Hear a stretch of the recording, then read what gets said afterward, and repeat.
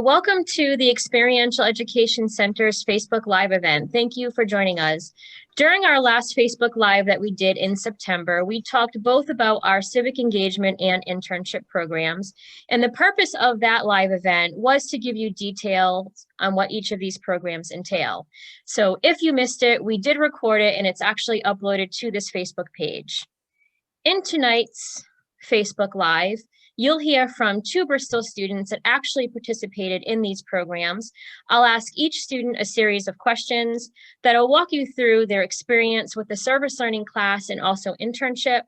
And we'll also highlight the impact that these programs had on their personal and professional development.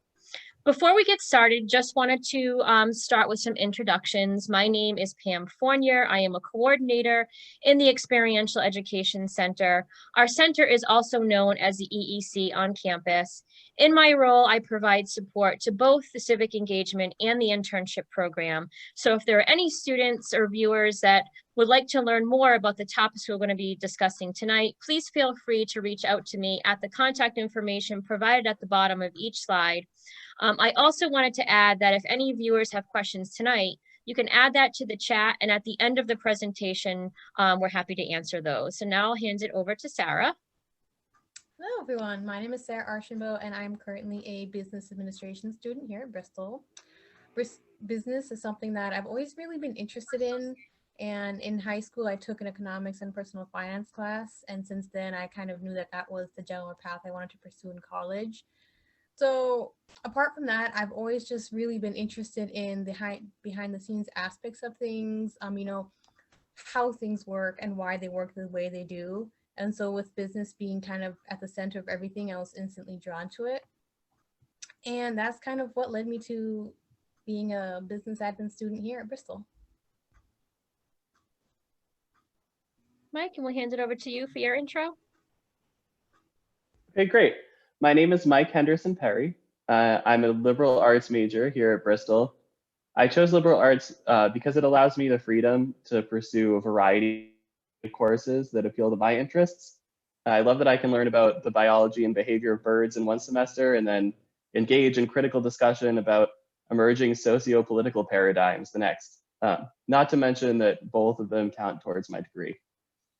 Once I complete my associate's program, I hope to further my education in linguistic anthropology. And that choice is mostly informed by my experience as a camp counselor in Italy and the great fortune I've had working in the South Coast community as an ESL teaching assistant at Greater New Bedford Voc Tech. So I just feel so lucky to be a part of this and to be a part of the community. Great, thank you so much, both of you, for your introductions. Mike, we're going to start with you first. Mike is currently enrolled this fall semester in a Bristol course that has a service learning component to it. But before we start with questions, I just first wanted to give our viewers a quick refresher on what a service learning class at Bristol entails. So service learning is available to all students, and it's embedded in a variety of different Bristol classes. So as a Bristol student, you have the opportunity to enroll in a class that has a service learning component to it.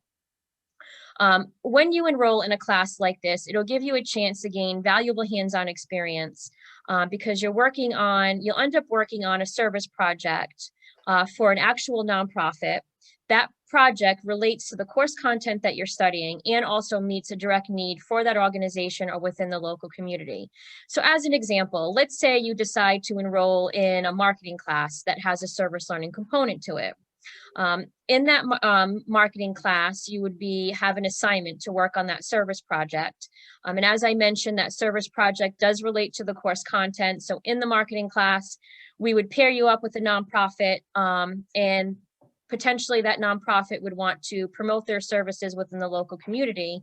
So your project would potentially entail developing a marketing campaign for them.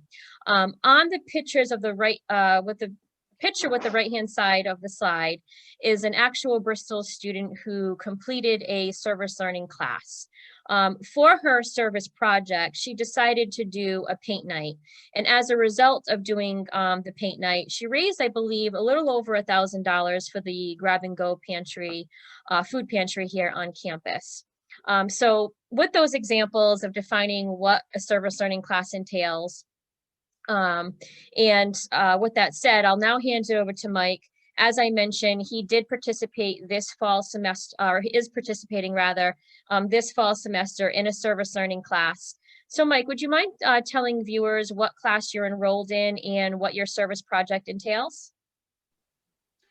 Yeah, so like you said, this fall semester, I'm currently taking the honors seminar for community leadership, and it's honestly a joy.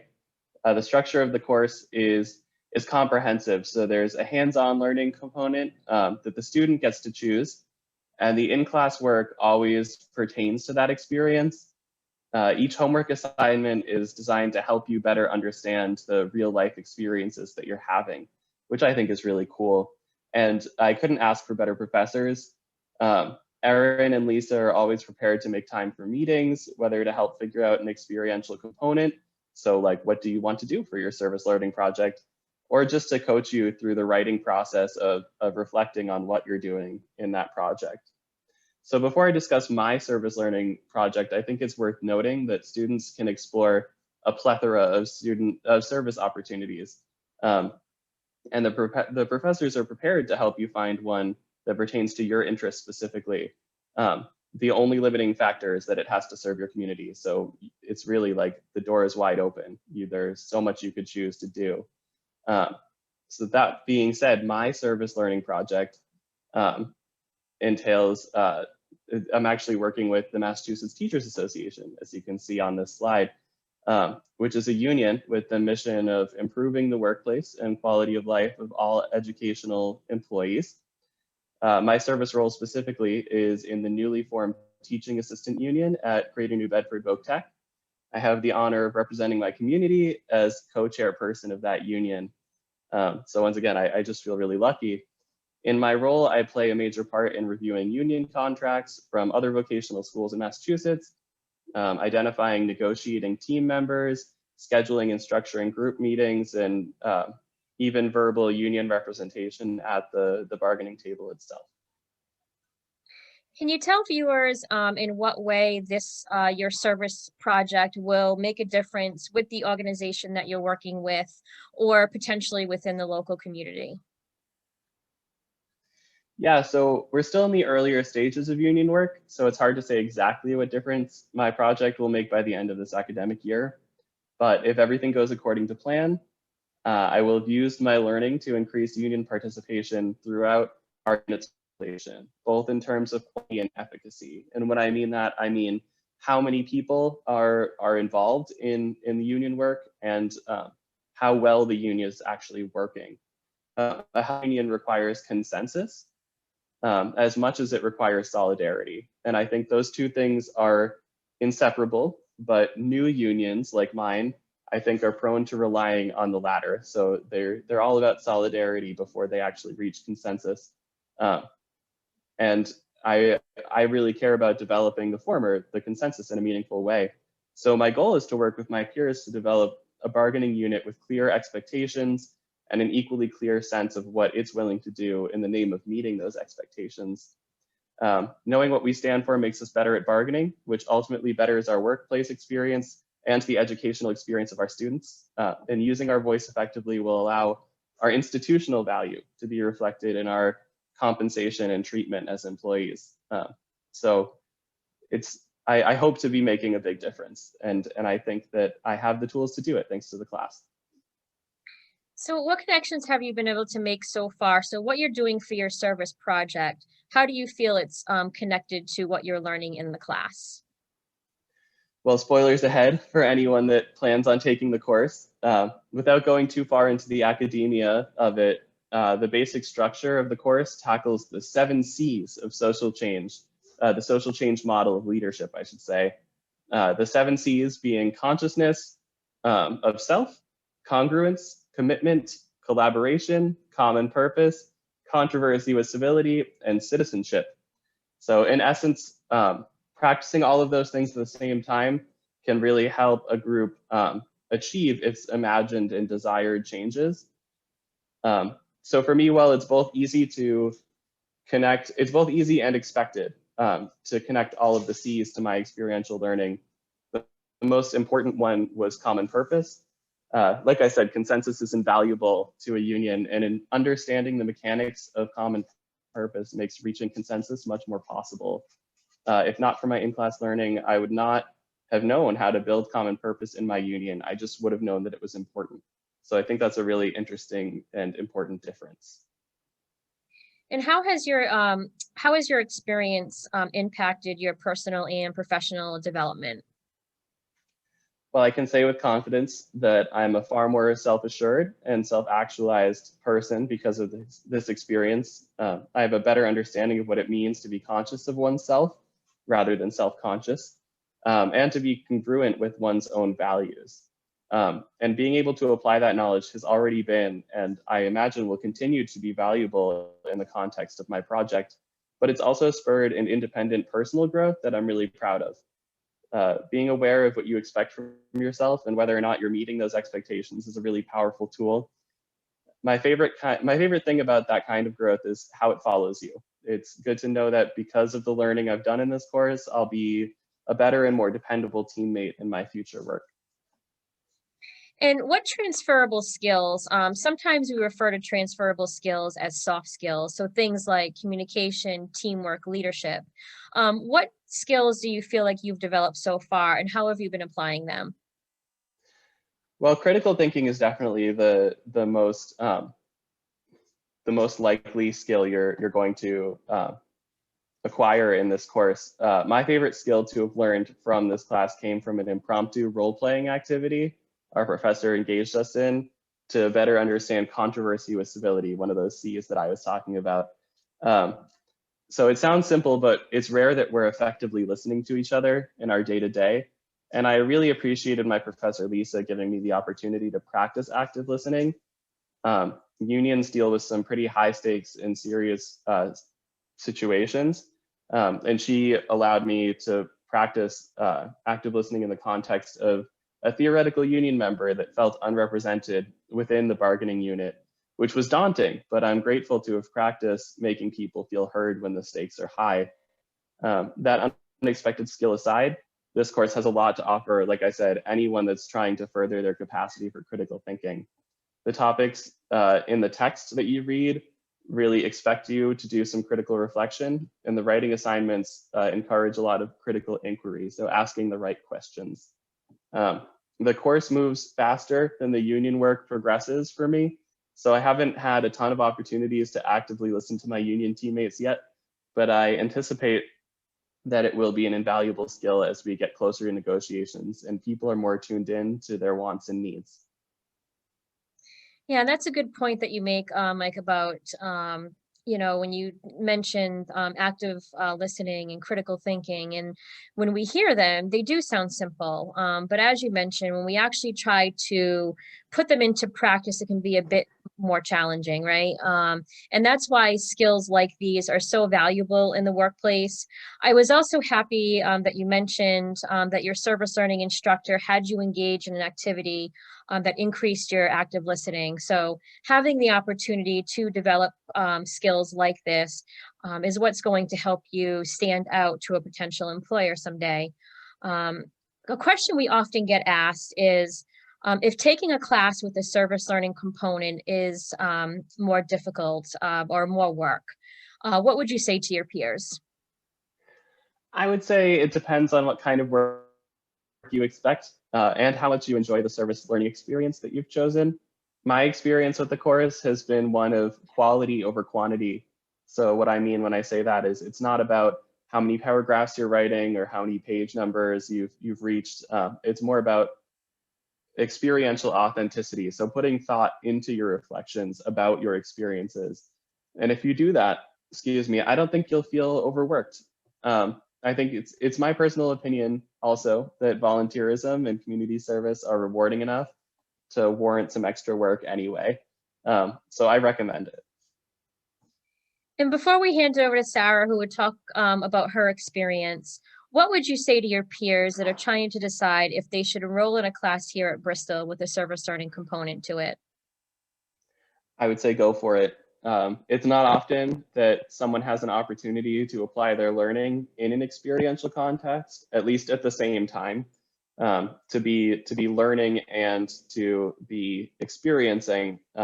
You become a more well-rounded person when you can thoughtfully apply your learning to your lived experiences. I think it's habit forming for intellectual professionalism. So like you said, standing out to future employers, I mean, but also just in your workplace when you are an employee, having these skills makes you a better one. It may sound scary to commit to an experiential learning class, but when was the last time you grew from an experience that felt safe? And I think the cool thing about this is no matter how scary it may seem, it is safe. The support systems are built into the course. So if you're feeling unsure about the direction of your project, just talk to Erin. And if you're feeling like you may not be connecting your learning to your experience, just talk to Lisa. And you'll be reassured, and you will definitely come out of this course grateful that you stepped into it. Mike, you made several important points of the benefits of doing a class with a service learning component. Not only do you get to help an actual nonprofit through your service project, but as a student, you're gaining a deeper understanding of the course content because you're taking what you're learning in that class and applying it to a real life experience. Also, the skills that you mentioned of active listening, communication, critical thinking, leadership, are all going to be important to take away with you no matter what field you decide to pursue. It's going to make you a stronger professional, all making it easier to transition into your field. So thank you again for your willingness to share with our viewers your experience. I really appreciate it. And now we'll make a transition over to the internship program. So in addition to, as a Bristol student, having the opportunity to participate in a service learning class, you also have the option or the ability to participate in an internship program. Now, what makes a student eligible to participate in our internship program does vary. And we'll be going over how you can find that out as a student in just a couple of slides. So now I'll hand it over to Sarah, who will share her experience participating in our internship program. So Sarah, would you mind telling viewers what semester you completed your internship and what did you do? Yeah, before I go into that, I just want to say thank you to Mike for sharing experience. I thought that was very insightful and valuable for students such as myself who hasn't yet taken a service learning course, so thank you for that. And so Pam, to answer your question, I interned with the Experiential Education Center at Bristol over the summer 2020 semester. I was looking for an administrative assistant position or something similar because that's what aligns with my major. Originally, I was looking like outside and elsewhere for my internship placement, but then COVID hit and it was nearly impossible to find anything. So I was lucky and I was able to find what I was looking for within the Experiential Education Center. I worked remotely for them as an administrative assistant, so a lot of my work was kind of your typical clerical work. For example, I did things like data entry work, I answered telephone calls and emails, I conducted outreach and stuff like that. I also did some back-end work, such as monitoring registrants for workshops, promoting the events, and sending necessary updates. And another one of the things I did was manage their social media. So if you see to the right side of the slideshow, there's some examples of the work I've done for them. These are just kind of little, either flyers or just little pictures that I've created. And if you follow our social media, you might have seen more examples of what I do. But so these are just kind of tasks that are done in every clerical or administrative assistant position. And so my internship aligned with what I was interested in career-wise, and I'm really glad that I got to get that experience in. So in addition to internship duties that you would be assigned, there's also required hours that you have to complete over the course of the semester. In addition to those hours, there's also an internship course that you're enrolled in along with the hours.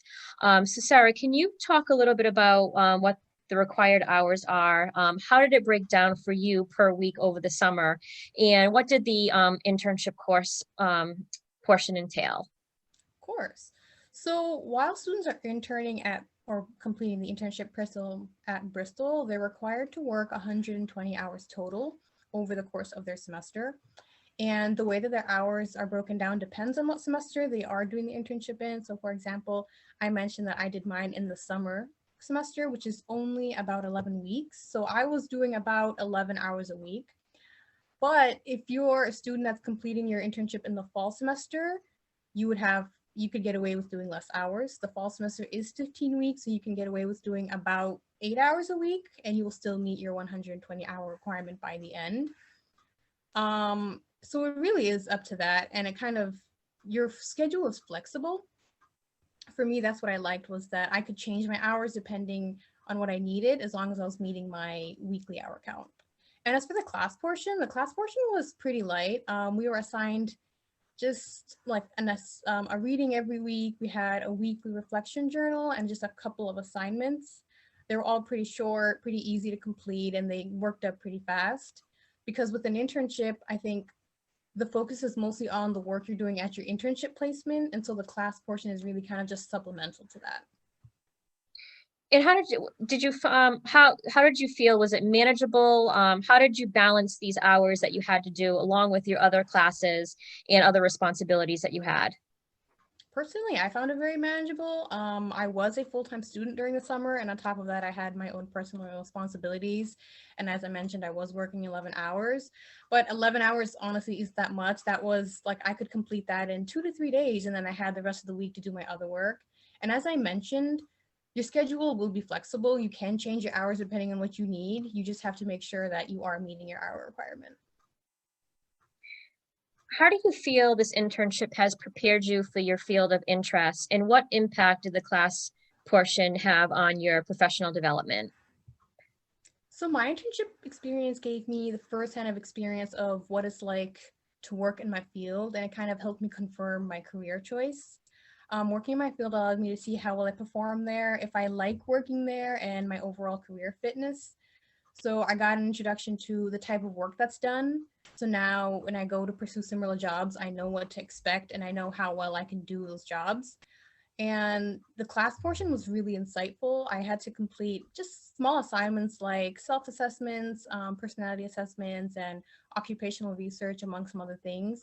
But those really helped me to learn my strengths as a worker, my workplace values, and just kind of a general overview of what my career field entails. And what transferable skills, and as we mentioned earlier, these are skills like communication, teamwork, leadership, do you feel that you've gained? So after completing my internship, I saw a big improvement in a couple skills. One was communication, one was technology, and also my adaptation skills. I'm typically used to working in like an office setting, so with my internship being remote, there was a learning curve there. I spent the first couple of weeks just kind of adapting to the new style, which sometimes was a little difficult. But that taught me how to be resourceful, how to reach out for help, and so I've either solve problems on my own or with my team. And with being remote, there was also a technological learning curve. Everything was online, so I was relying heavily on tech to communicate, to complete my work, and to complete my training. As a new intern, I was being introduced to new platforms and sites that I needed to learn how to navigate, such as like College Central Network, which is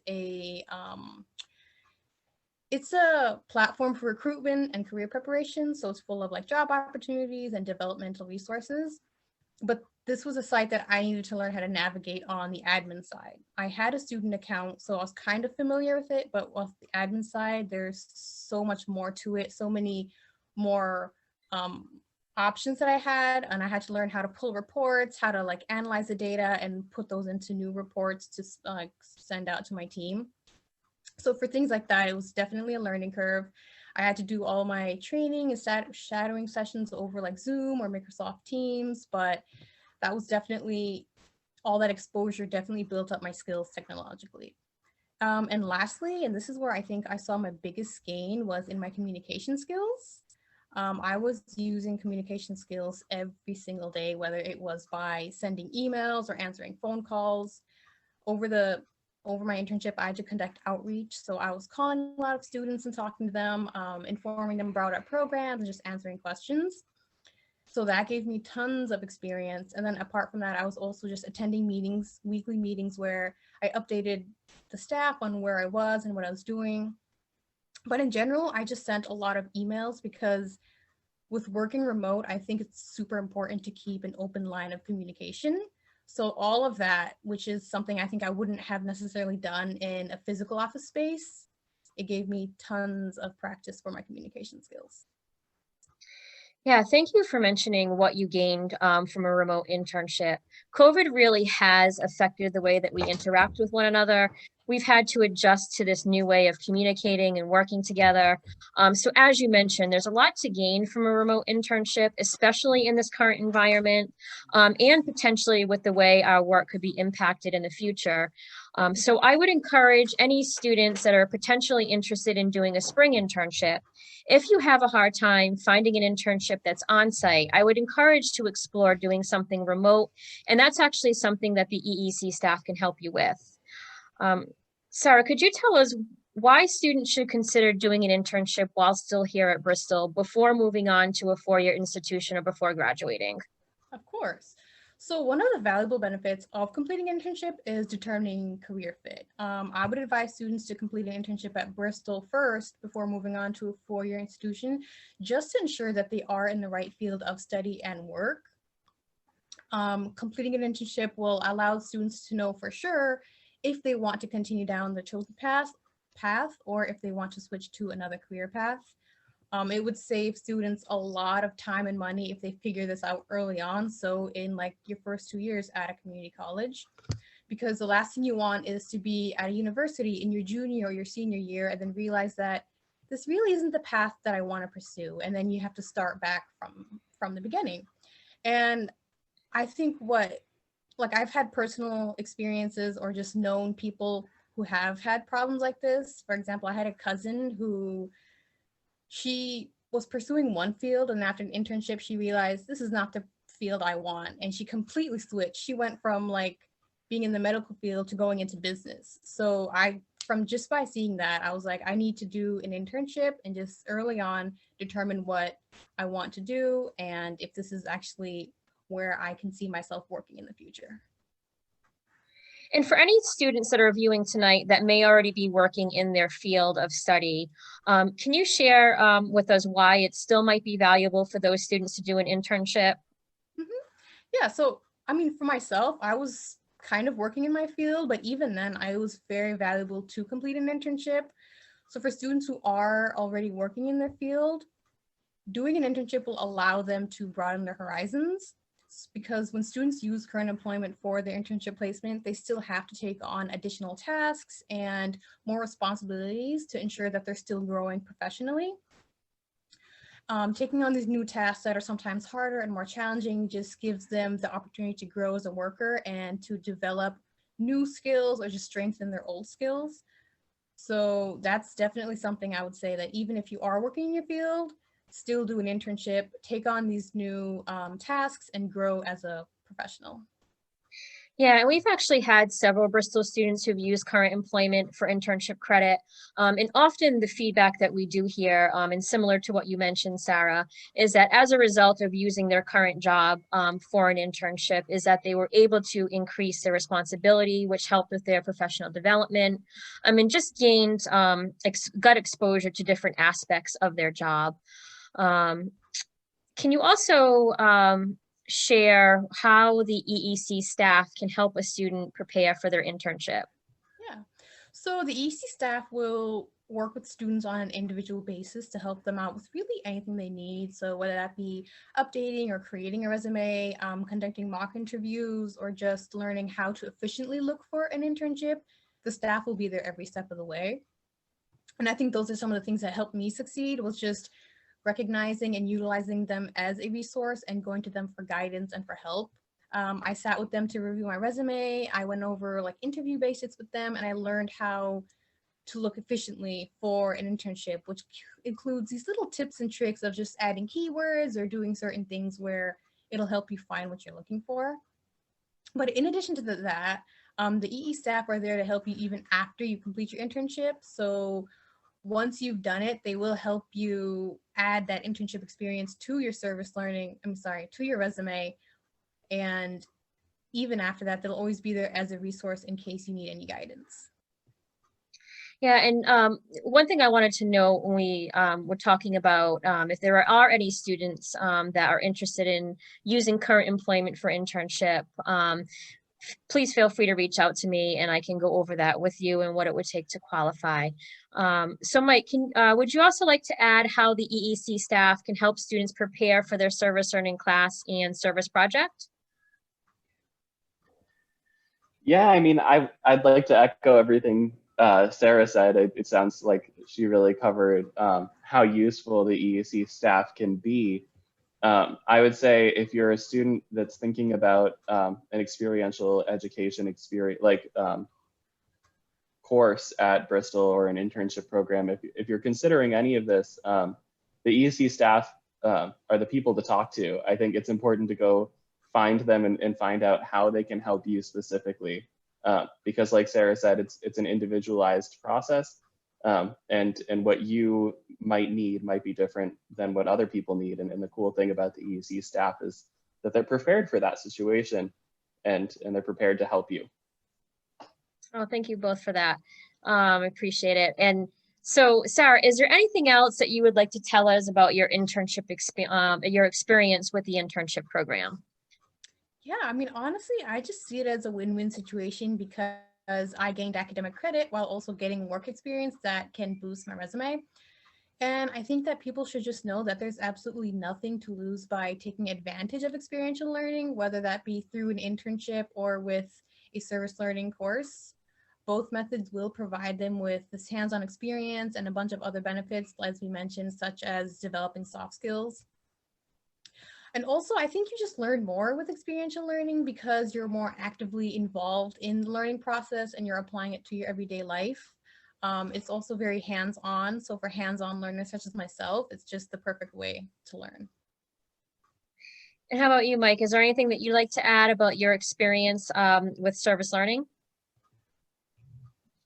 Beyond what Sarah said, because I would totally echo all of those things again. I would say that it's a lot of fun. I mean, like I had so much fun doing this course, and I'm still having fun engaging in it now. I look forward to signing into my Zoom classes, and I look forward to discussing content that's relevant to the thing I'm experiencing outside of the classroom, and I enjoy developing myself as an individual. And this class really is just like so structured and focused in that way. It's meant for you to grow as a person. Like Sarah said, the soft skills, like you will walk away from an experiential learning course with skills and an individual attitude that just makes you more prepared to wake up and face the world every day with confidence. Right. So for any students that are interested in learning more about how you can get involved with either of these programs, I do have a few recommendations. So one thing you can do is talk with your academic advisor. They can explore what courses might be available this coming spring that have that service learning component to it. They can also help you determine if our internship program, and the code for the internship program you'll notice is on the slide, it's CED 210. And your advisor can let you know if it's an elective or required option within your program. The other thing you can do is review the course catalog. So for service learning, as an example, on the picture on the right is an example of the catalog of one of our classes. And it's actually the community leadership class that Mike is enrolled in. And you'll notice a notation here at the bottom that says service learning component. And that's how you'll know that the service learning embedded within that particular class. For the internship program, when you're looking at the catalog or looking at your program in the catalog, if you see CED 210, either as a requirement or a program elective, you'll be eligible. But if there's any confusion, the easiest thing to do is just reach out to our staff and we can help walk you through that. So Now we will look at the chat to see if there were any questions that have come through. Sarah, do you see any questions that have popped up? And I'm also going to take a look as well. I'm not seeing any questions on my end. Okay. Not yet. So if any viewers or any students have questions or want to learn more about what we discussed tonight, please feel free to contact us. As I mentioned, our contact information is at the bottom of each of the slides. And before we wrap up, Sarah, would you mind telling our viewers or students how they can stay connected to EEC in our programs? So the best way to stay connected is to follow any of our social media platforms. We are on all platforms, so Facebook, Twitter, Instagram. Our handle is at EEC Bristol. And honestly, we just share a lot of things that are relevant to internships and service learning courses. So it'll just be a lot of professional advice, career advice, and just little things that you should know.